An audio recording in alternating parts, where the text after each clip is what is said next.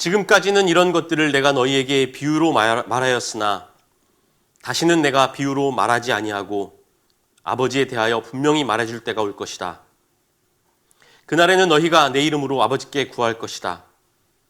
내가 너희를 위하여 아버지께 구하겠다는 말이 아니다. 아버지께서는 친히 너희를 사랑하신다.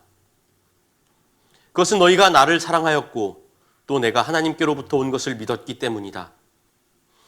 나는 아버지에게서 나와서 세상에 왔다. 나는 세상을 떠나서 아버지께로 간다. 그의 제자들이 말하였다.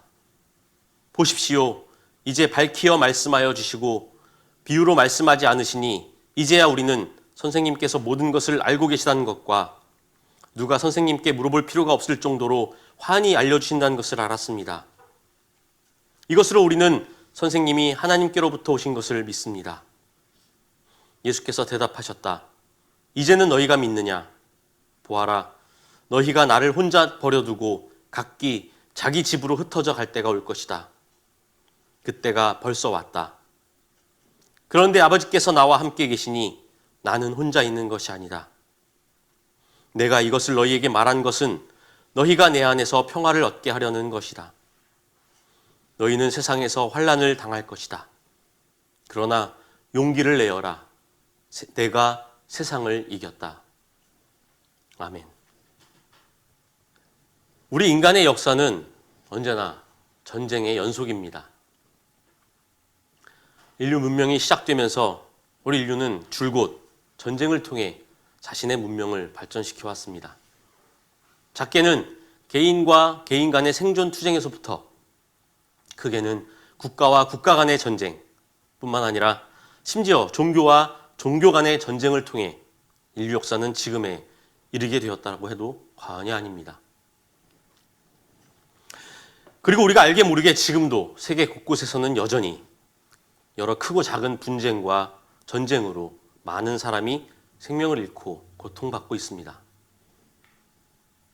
어디 그뿐입니까? 지금 우리 주변에도 수많은 사람들이 저마다 자신의 생존과 또 자기 실현을 위해 서로 치열하게 싸우며 경쟁하고 살아가고 있습니다. 여전히 우리는 그것을 너무나도 쉽게 목격할 수 있습니다.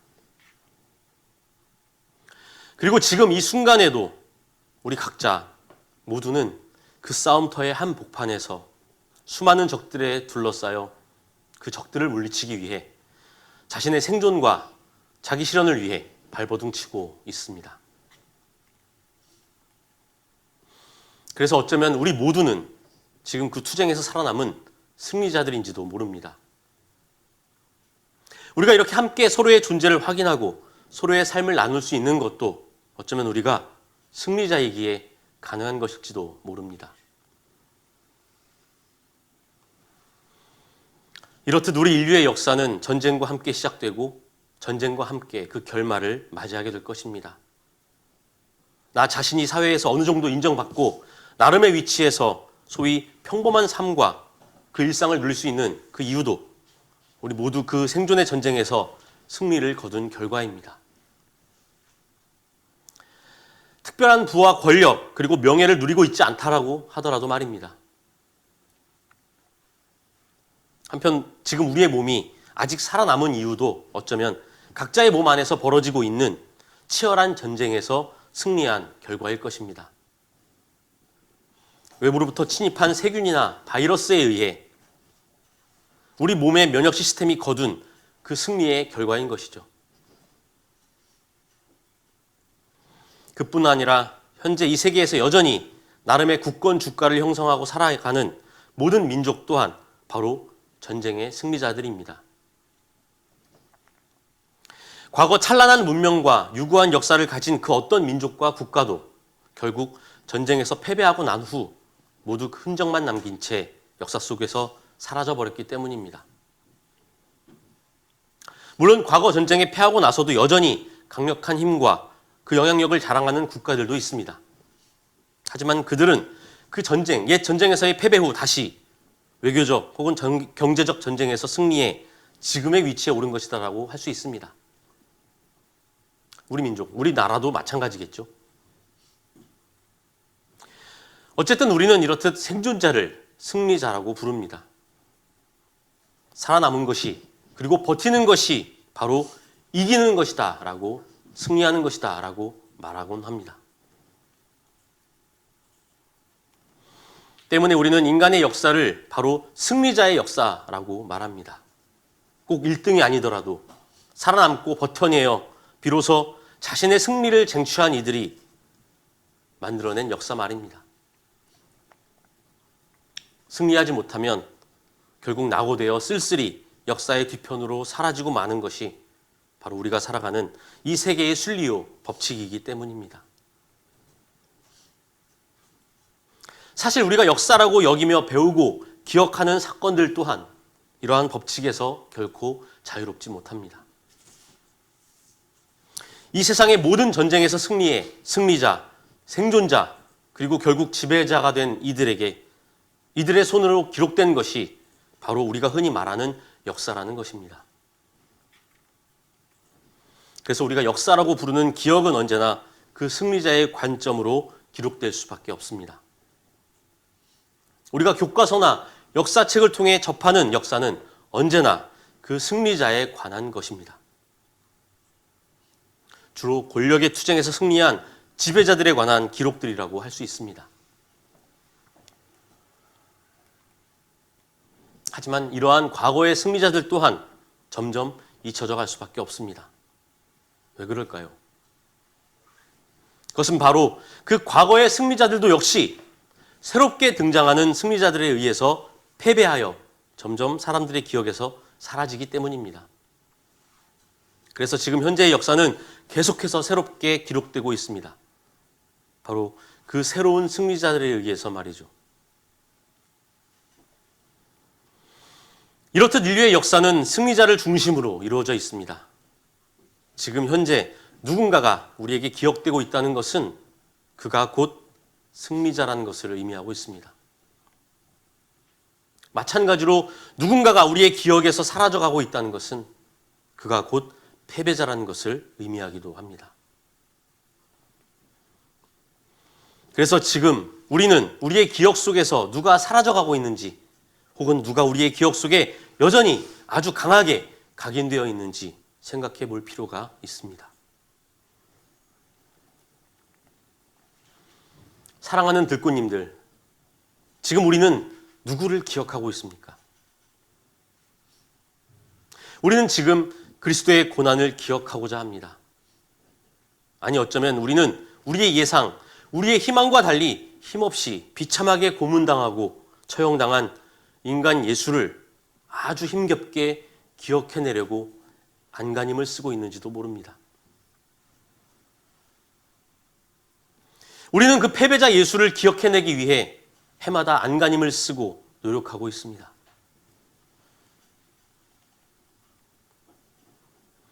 예수, 그는 분명히 패배자였습니다.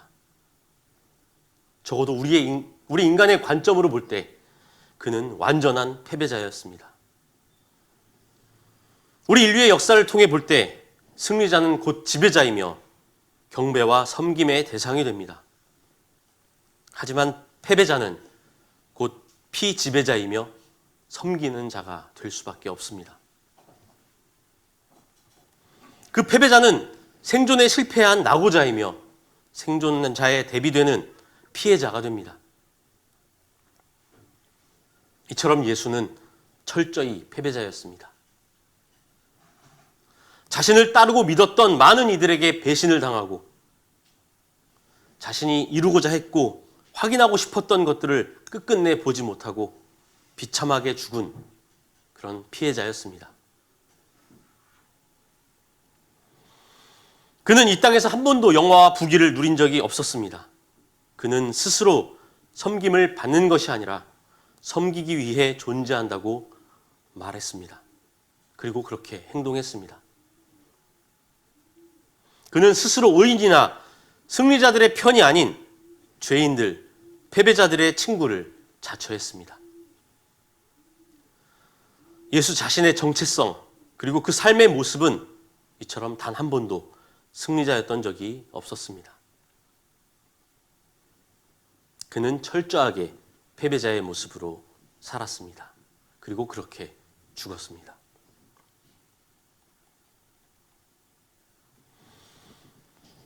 그 패배자 예수의 죽음, 그 죽음은 철저히 패배자의 죽음이었습니다.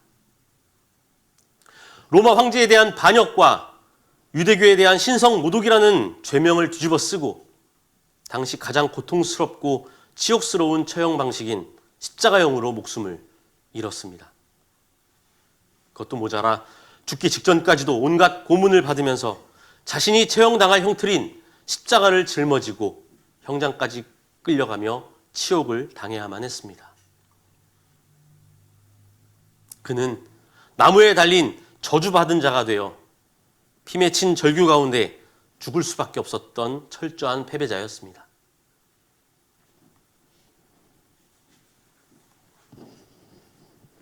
그 패배의 결말을 경험한 모든 이들은 예수를 기억에서 지우고자 했습니다. 예수를 믿고 따르던 제자들마저 그를 버리고 뿔뿔이 흩어져 저마다 살 길을 찾아 숨어버렸습니다. 많은 유대인들은 예수를 거짓 선지자, 사기꾼, 신성 모독자로 욕하며 저주를 퍼부었습니다. 이렇게 예수는 인류의 역사 속에서 패배자로 낙인 찍혀 사라지는 듯 했습니다. 하지만 이와 달리 오늘 본문에서 예수는 자신이 세상을 이긴 승리자라고 선언하고 있습니다.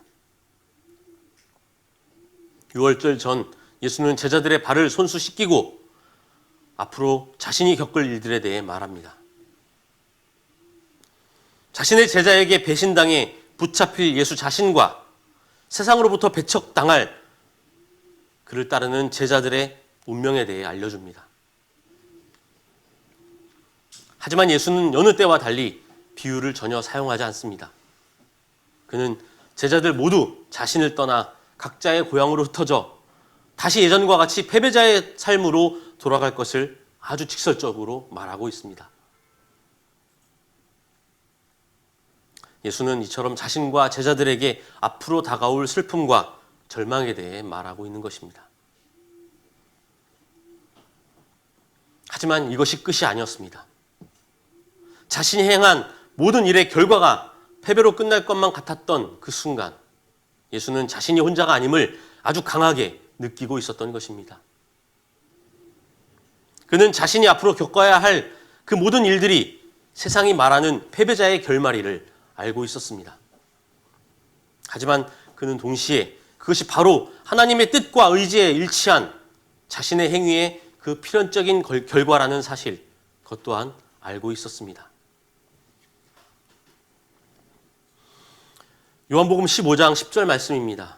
너희가 내 계명을 지키면 내 사랑 안에 머물러 있을 것이다. 그것은 마치 내가 내 아버지의 계명을 지켜서 그 사랑 안에 머물러 있는 것과 같다. 이제 곧 세상 가운데 패배자의 모습으로 살아가면서 세상의 미움을 받으며 배척당할 제자들에 대한 예수 자신의 이 당부처럼 말입니다. 예수는 자신의 삶을 돌이켜보며 그 삶 가운데 그리고 그의 말과 행동 가운데 언제나 함께 하셨던 하나님의 존재를 제자들에게 알려주고 있습니다. 자신의 삶, 자신의 말과 행동 가운데 줄곧 드러나던 하나님의 뜻과 그 의지를 예수는 분명히 인식하고 있었던 것입니다. 그리고 제자들도 그 사실을 인식하기를 바라고 있었습니다. 곧 다가올 두려운 일들로 인해 제자들이 자신을 버리고 뿔뿔이 흩어질 것이라는 사실을 그는 알고 있었지만 예수는 그들의 그 패배가 결코 끝이 아님을 알려주고 있는 것입니다. 그는 자신에 대한 제자들의 사랑을 알고 있었습니다. 마치 자신이 하나님을 사랑하던 말입니다.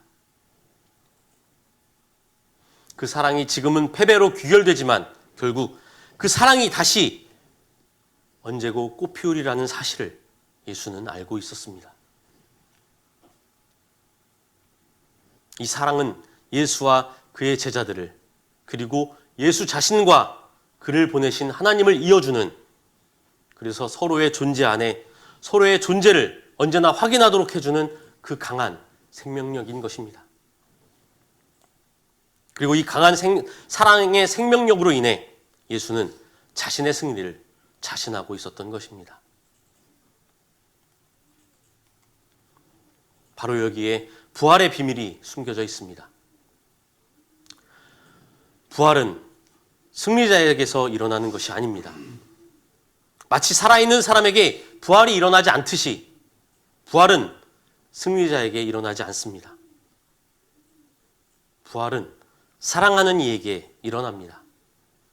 부활은 그 사랑 때문에 자신을 스스로 패배자의 길로 이끄는 그러한 이들에게 일어나는 사랑의 사건입니다. 부활은 그 사랑 때문에 죽음과 절망의 골짜기로 향하는 모든 이들에게 일어나는 하나님의 놀라운 기적입니다.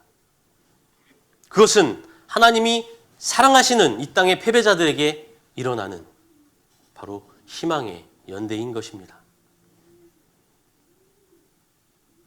우리는 여전히 승리자가 되기 위해 그리고 생존자가 되기 위해 이 전쟁의 한복판에서 서로 투쟁하며 살아가고 있습니다.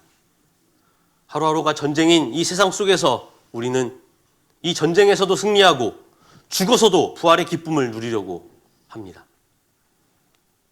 그리고 그 도구로서 우리는 신앙이라는 것을 그리고 교회와 예배라는 것을 활용하고 있습니다. 우리는 지금 승리자 그리스도를 믿고 경배하며 그 승리의 면류관을 향한 천국 공동체를 염원하고 있습니까? 아니면 패배자 예수를 따르고 그를 기억하며 그 삶을 이 땅에서 함께 실현할 공동체를 염원하고 있습니까?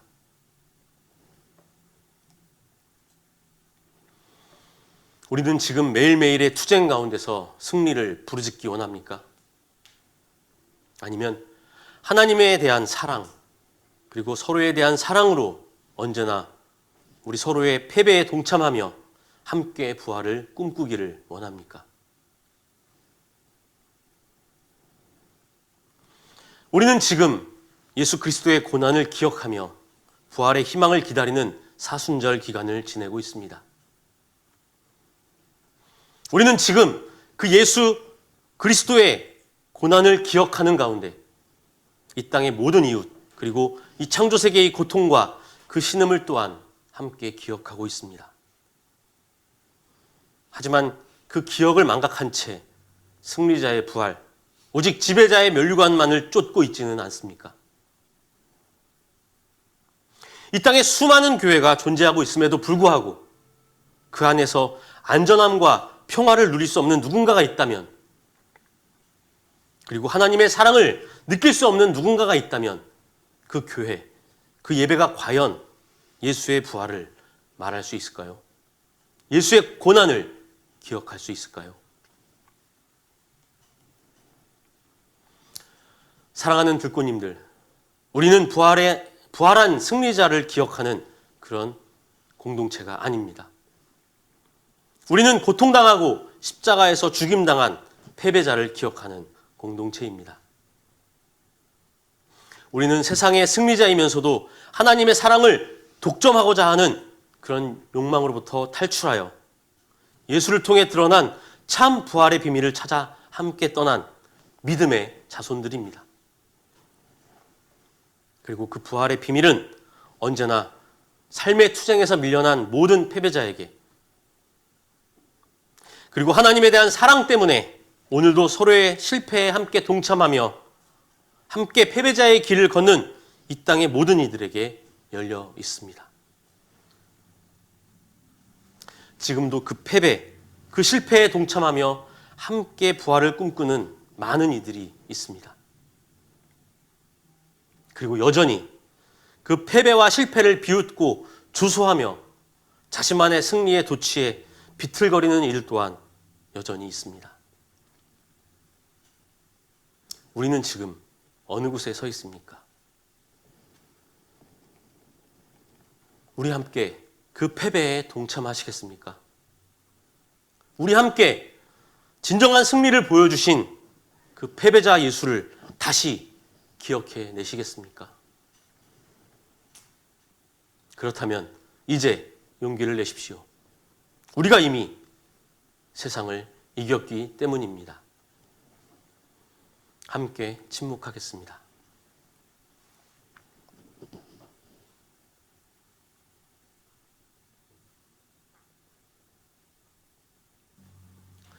평안히 가십시오.